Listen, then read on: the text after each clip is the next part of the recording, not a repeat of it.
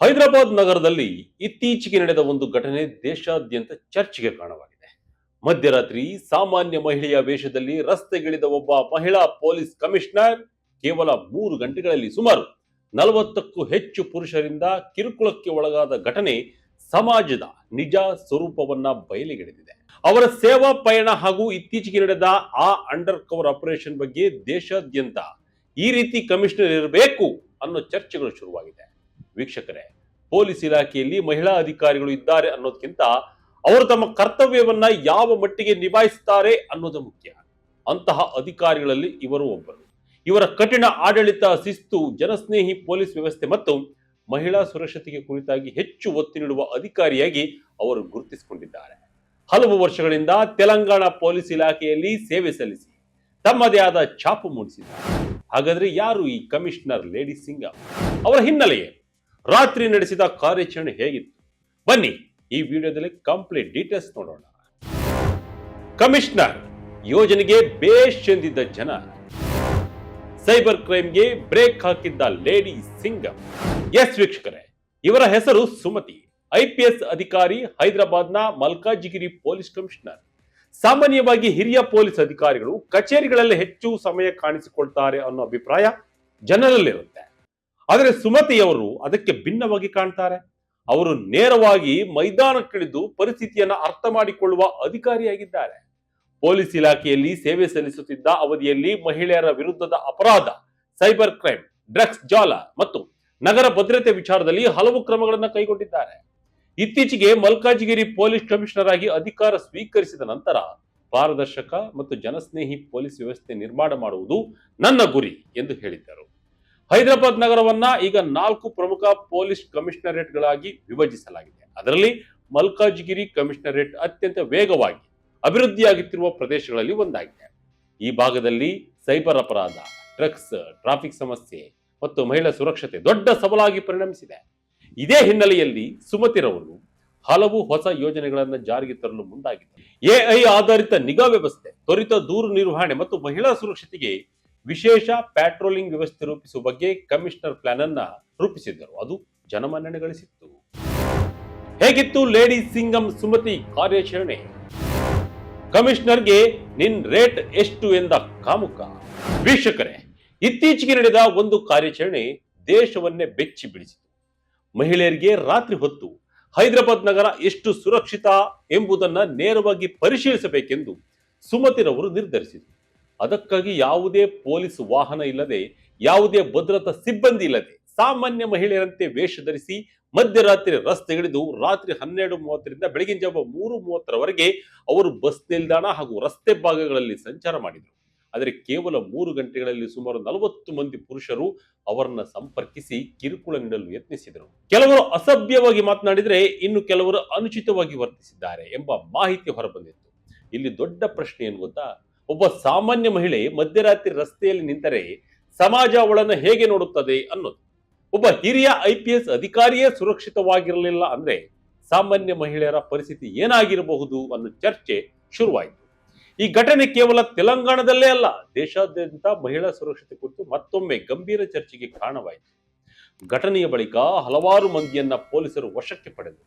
ಆಶ್ಚರ್ಯದ ಸಂಗತಿ ಏನೆಂದರೆ, ಅದರಲ್ಲಿ ವಿದ್ಯಾರ್ಥಿಗಳು, ಉದ್ಯೋಗಿಗಳು ಮತ್ತು ಸಾಮಾನ್ಯ ಮಧ್ಯಮ ವರ್ಗದ ಯುವಕರು ಕೂಡ ಇದ್ದರು ಎಂಬ ಮಾಹಿತಿ ಹೊರಬಂತು. ಅಂದರೆ ಮಹಿಳೆಯರ ಬಗ್ಗೆ ತಪ್ಪು ಮನೋಭಾವ ಕೇವಲ ಅಪರಾಧಿಗಳಲ್ಲ, ಸಾಮಾನ್ಯ ಸಮಾಜದಲ್ಲಿಯೂ ಇದೆ ಅನ್ನೋದು ಈ ಘಟನೆಯಿಂದ ಸ್ಪಷ್ಟವಾಯಿತು. ಕಮಿಷನರ್ ಬಗ್ಗೆ ಕಮೆಂಟ್ಸ್ ಮೇಲೆ ಕಮೆಂಟ್ಸ್. ಈ ಘಟನೆ ಬಳಿಕ ಸುಮತಿ IPS ರವರ ಹೆಸರು ದೇಶಾದ್ಯಂತ ಸುದ್ದಿ ಆಯಿತು. ಕೆಲವರು ಅವರ ಧೈರ್ಯವನ್ನ ಮೆಚ್ಚಿಕೊಂಡರೆ, ಇನ್ನು ಕೆಲವರು ಇದು ಪಬ್ಲಿಸಿಟಿ ಸ್ಟಂಟ್ ಎಂದು ಟೀಕಿಸಿದರು. ಆದರೆ ಬಹುತೇಕರು ಒಬ್ಬ ಹಿರಿಯ ಅಧಿಕಾರಿ ಸ್ವತಃ ಮೈದಾನಕ್ಕಿಳಿದು ಸಮಸ್ಯೆ ಅರ್ಥ ಮಾಡಿಕೊಳ್ಳಲು ಪ್ರಯತ್ನಿಸಿದ್ದು ಶ್ಲಾಘನೀಯ ಎಂದು ಅಭಿಪ್ರಾಯಪಟ್ಟರು. ಸಾಮಾಜಿಕ ಜಾಲತಾಣಗಳಲ್ಲಿ ಈ ವಿಷಯ ಬಗ್ಗೆ ಭಾರಿ ಚರ್ಚೆಗಳು ಕೂಡ ನಡೀತಾ ಇದ್ವು. ಮಹಿಳೆಯರು ತಮ್ಮ ಅನುಭವಗಳನ್ನ ಹಂಚಿಕೊಂಡರು. ಹಲವರು ನಾವು ಪ್ರತಿದಿನ ಇದೇ ಪರಿಸ್ಥಿತಿ ಎದುರಿಸುತ್ತಿದ್ದೇವೆ ಎಂದು ಕಮೆಂಟ್ ಮಾಡಿದರು. ವೀಕ್ಷಕರೇ, ಪೊಲೀಸ್ ಇಲಾಖೆ ಎಂದರೆ ಕೇವಲ ಅಪರಾಧಿಗಳನ್ನ ಬಂಧಿಸುವ ಕೆಲಸ ಮಾತ್ರ ಅಲ್ಲ, ಸಮಾಜದ ಮನಸ್ಥಿತಿಯನ್ನ ಬದಲಾಯಿಸುವ ಹೊಣೆಗಾರಿಕೆಯೂ ಇದೆ. ಸುಮತಿರವರು ಇದೇ ಕಾರಣಕ್ಕೆ ಮಹಿಳಾ ಸುರಕ್ಷತೆಯನ್ನ ಪ್ರಮುಖ ಆದ್ಯತೆಯಾಗಿ ತೆಗೆದುಕೊಂಡಿದ್ದಾರೆ. ಡ್ರಗ್ಸ್ ವಿರುದ್ಧ ಕಠಿಣ ಕ್ರಮ, ಸೈಬರ್ ಕ್ರೈಮ್ ನಿಯಂತ್ರಣ, ಟ್ರಾಫಿಕ್ ಸುಧಾರಣೆ ಮತ್ತು ಮಹಿಳಾ ರಕ್ಷಣೆಗೆ ತಂತ್ರಜ್ಞಾನ ಬಳಸುವ ಬಗ್ಗೆ ಅವರು ಈಗಾಗಲೇ ಘೋಷಣೆಯನ್ನು ಕೂಡ ಮಾಡಿದ್ದಾರೆ. ಕಮಿಷನರ್ ಸುಮತಿರವರ ಹಿನ್ನೆಲೆ ಏನು? 2006ರಲ್ಲಿ ಅವರು IPS ಅಧಿಕಾರಿಯಾಗಿ ಮುಂದಿನ ಹಂತಕ್ಕೆ ಪ್ರವೇಶ ಪಡೆದರು. ನಂತರ ತಮ್ಮ ವೃತ್ತಿ ಜೀವನದಲ್ಲಿ ಹಲವು ಮಹತ್ವದ ಹುದ್ದೆಗಳನ್ನು ನಿರ್ವಹಿಸಿದರು.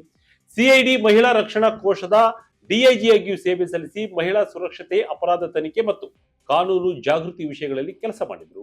ಪೊಲೀಸ್ ಇಲಾಖೆಯಲ್ಲಿ ಮಹಿಳಾ ಅಧಿಕಾರಿಗಳು ಕೂಡ ಕಠಿಣ ಮತ್ತು ಸೂಕ್ಷ್ಮ ಕಾರ್ಯಾಚರಣೆಗಳನ್ನ ಸಮರ್ಥವಾಗಿ ನಿಭಾಯಿಸಬಲ್ಲರು ಅನ್ನೋದಕ್ಕೆ ಸುಮತಿರವರು ಉದಾಹರಣೆಯಾದರು. ಅವರ ವೃತ್ತಿ ಜೀವನವನ್ನ ನೋಡೋದಾದ್ರೆ, ವೃತ್ತಿ ಜೀವನ ಡೆಪ್ಯೂಟಿ ಸೂಪರಿಂಟೆಂಡೆಂಟ್ ಆಫ್ ಪೊಲೀಸ್ ಆಗಿ ವೃತ್ತಿ ಜೀವನ ಆರಂಭಿಸಿದ ಇವರು ನಂತರ IPS ಅಧಿಕಾರಿಯಾಗಿ ಬಡ್ತಿ ಪಡೆದರು. 2020ರ ಗಣರಾಜ್ಯೋತ್ಸವದ ಸಂದರ್ಭದಲ್ಲಿ ಇವರಿಗೆ ಪ್ರತಿಷ್ಠಿತ police medal for meritorious service ಪ್ರಶಸ್ತಿ ನೀಡಿ ಗೌರವಿಸಲಾಗಿದೆ. ಸುಮತಿರವರು ಸ್ಟೇಟ್ ಇಂಟೆಲಿಜೆನ್ಸ್ ಬ್ರಾಂಚ್ನಲ್ಲಿ ಮುಖ್ಯಸ್ಥರಾಗಿ ಮತ್ತು DIG ಆಗಿ ಕಾರ್ಯನಿರ್ವಹಿಸಿದ್ದಾರೆ. ಇವರು ಹೈದರಾಬಾದ್ನ ಮಲ್ಕಾಜಿರಿಯಾ ಪೊಲೀಸ್ ಕಮಿಷನರ್ ಆಗಿ ನೇಮಕಗೊಂಡ ಮೊದಲ ಮಹಿಳಾ ಅಧಿಕಾರಿಯಾಗಿದ್ದಾರೆ. ನಕ್ಸಲ್ ಚಟುವಟಿಕೆಗೆ ಬ್ರೇಕ್ ಹಾಕಿದ್ದ ಲೇಡಿ ಸಿಂಗಂ. ವೀಕ್ಷಕರೇ, ತೆಲಂಗಾಣ ಮತ್ತು ಹಳೆಯ ಆಂಧ್ರ ಪ್ರದೇಶದ ಇತಿಹಾಸ ನೋಡಿದ್ರೆ ಮಾವೋವಾದಿ ಚಟುವಟಿಕೆಗಳು ಹಲವು ವರ್ಷಗಳ ಕಾಲ ಸರ್ಕಾರಕ್ಕೆ ದೊಡ್ಡ ಸವಾಲಾಗಿದೆ. ಕಾಡು ಪ್ರದೇಶಗಳಲ್ಲಿ ಅಡಗಿ ಕಾರ್ಯಾಚರಣೆ ನಡೆಸುತ್ತಿದ್ದ ಉಗ್ರರನ್ನ ಎದುರಿಸುವುದು ಅಷ್ಟು ಸುಲಭದ ಕೆಲಸವಾಗಿರಲಿಲ್ಲ. ಗುಂಡಿನ ದಾಳಿ, ಸ್ಫೋಟ ರಹಸ್ಯ ಚಟುವಟಿಕೆಗಳು ಇವೆಲ್ಲದರ ಮಧ್ಯೆ ಪೊಲೀಸ್ ಇಲಾಖೆ ಮತ್ತು ಗುಪ್ತಚರ ವಿಭಾಗ ದೊಡ್ಡ ಹೋರಾಟವನ್ನೇ ನಡೆಸ್ತಾ ಇತ್ತು. ಇದೇ ಸಮಯದಲ್ಲಿ ಸುಮತಿರವರು ತಮ್ಮ ಕಾರ್ಯಕ್ಷಮತೆಯಿಂದ ಗಮನ ಸೆಳೆದರು. ಮೂಲತಃ ಗುಪ್ತಚರ ವಿಭಾಗದಲ್ಲಿ ಪರಿಣಿತಿ ಹೊಂದಿದ್ದ ಸುಮತಿರವರು ರಹಸ್ಯ ಕಾರ್ಯಾಚರಣೆಗಳಲ್ಲಿ ಪ್ರಮುಖ ಪಾತ್ರ ವಹಿಸಿದರು.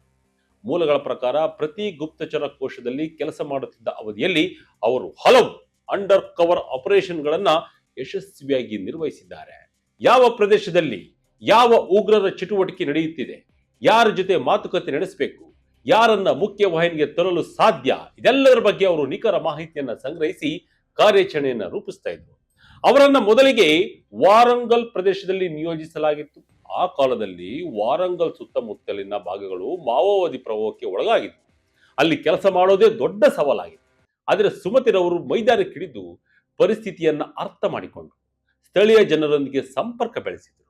ಕೇವಲ ಶಸ್ತ್ರಾಸ್ತ್ರಗಳಿಂದ ಸಮಸ್ಯೆ ಪರಿಹಾರವಾಗುವುದಲ್ಲ, ಮಾತುಕತೆಯು ಮುಖ್ಯ ಅನ್ನೋದನ್ನ ಅವರು ಅರ್ಥ ಮಾಡಿಕೊಂಡು ಸಮಸ್ಯೆಯನ್ನ ಬಗೆಹರಿಸಿದ್ದರು.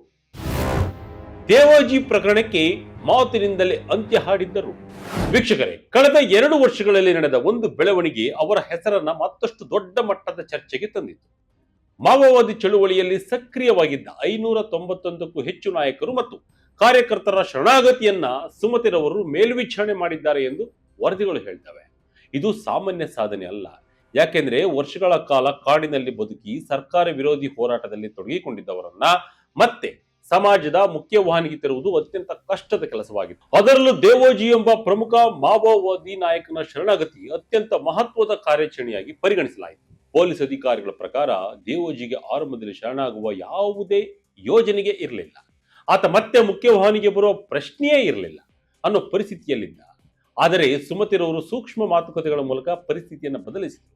ವೀಕ್ಷಕರೇ, ಇಲ್ಲಿ ಗಮನಿಸಬೇಕಾದ ವಿಷಯ ಏನಂದ್ರೆ, ಕೆಲವು ಕಾರ್ಯಾಚರಣೆಗಳು ಗುಂಡಿನ ದಾಳಿಯಿಂದ ಗೆಲ್ಲಬಹುದು, ಆದರೆ ಕೆಲವು ಯುದ್ಧಗಳನ್ನ ಮಾತಿನಿಂದಲೇ ಗೆಲ್ಲಬೇಕು. ದೇವೋಜಿ ಪ್ರಕರಣದಲ್ಲೂ ಇದೇ ಆಗಿತ್ತು. ಪೊಲೀಸ್ ಅಧಿಕಾರಿಗಳ ಪ್ರಕಾರ ಗುಪ್ತಚರ ಮಾಹಿತಿ ಸಂಗ್ರಹಣೆ ಮತ್ತು ಮಾತುಕತೆಯಲ್ಲಿ ಸುಮತಿರವರ ನಾಯಕತ್ವವೇ ಈ ಕಾರ್ಯಾಚರಣೆಯ ಯಶಸ್ಸಿಗೆ ಕಾರಣವಾಯಿತು.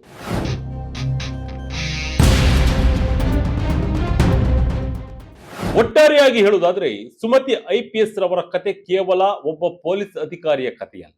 ಅದು ಮಹಿಳಾ ಸುರಕ್ಷತೆ, ಸಮಾಜದ ಮನಸ್ಥಿತಿ ಮತ್ತು ಪೊಲೀಸ್ ವ್ಯವಸ್ಥೆಯ ಜವಾಬ್ದಾರಿಯ ಕತೆ. ಒಂದು ರಾತ್ರಿ ನಡೆದ ಆ ಕಾರ್ಯಾಚರಣೆ ದೇಶದ ಗಮನ ಸೆಳೆದಿದೆ. ಮುಂದೆ ಆ ಘಟನೆ ಯಾವ ರೀತಿಯ ಬದಲಾವಣೆಗೆ ಕಾರಣವಾಗುತ್ತೆ ಅನ್ನೋದನ್ನ ನೀವು ಕಾದ್ ನೋಡ್ಬೇಕಿದೆ. ವೀಕ್ಷಕರೇ, ಪೊಲೀಸ್ ಇಲಾಖೆ ಅಂದ್ರೆ ಕೇವಲ ಯೂನಿಫಾರ್ಮ್ ಹಾಕೊಂಡು ಕಾನೂನು ಸುವ್ಯವಸ್ಥೆ ಕಾಪಾಡುವ ಕೆಲಸ ಮಾತ್ರ ಅಲ್ಲ. ಕೆಲ ಅಧಿಕಾರಿಗಳು ಮೌನವಾಗಿಯೇ ದೇಶದ ಭದ್ರತೆಗಾಗಿ ದೊಡ್ಡ ದೊಡ್ಡ ಕಾರ್ಯಾಚರಣೆಗಳನ್ನು ನಡೆಸ್ತಾರೆ. ಅಂತಹ ಅಧಿಕಾರಿಗಳಲ್ಲಿ ಒಬ್ಬರು 2001ರ ಬ್ಯಾಚ್ನ IPS ಅಧಿಕಾರಿ ಸುಮತಿ. 2 ದಶಕಗಳಿಂದ ಹೆಚ್ಚು ಕಾಲ ಗುಪ್ತಚರ ವಿಭಾಗದಲ್ಲಿ ಸೇವೆ ಸಲ್ಲಿಸಿರುವ ಸುಮತಿರವರು ಕೇವಲ ಕಠಿಣ ಅಧಿಕಾರಿಯೇ ಅಲ್ಲ, ಸೂಕ್ಷ್ಮ ಮಾತುಕತೆಗಳ ಮೂಲಕ ಜೀವಗಳನ್ನು ಉಳಿಸಿದ ಅಧಿಕಾರಿಯಾಗಿ ಗುರುತಿಸಿಕೊಂಡಿದ್ದಾರೆ. ಇಂತಹ ಅಧಿಕಾರಿಗಳು ಎಲ್ಲ ಕಡೆಯೂ ಇದ್ದಲ್ಲಿ ಸಾರ್ವಜನಿಕರಿಗೆ ಅದರಲ್ಲೂ ಮಹಿಳೆಯರು ಧೈರ್ಯದಿಂದ ಮುನ್ನಡೆಯಲು ಸಾಧ್ಯವಾಗುತ್ತದೆ. ವೀಕ್ಷಕರೇ, ಕಮಿಷನರ್ ಸುಮತಿ ಅವರವರ ಬಗ್ಗೆ ನಿಮ್ಮ ಅಭಿಪ್ರಾಯವೇನು? ಕಮೆಂಟ್ ಮೂಲಕ ನಮಗೆ ತಿಳಿಸಿ. ಇದಾಗಿತ್ತು ಈ ಕ್ಷಣದ ಅಪ್ಡೇಟ್ ಸ್ಟೋರಿ. ಇದೇ ರೀತಿಯ ಸ್ಟೋರಿಗಾಗಿ Vijaya Karnataka website, YouTube page, Facebook page follow ಮಾಡ್ತಾ ಇರಿ. ಧನ್ಯವಾದಗಳು.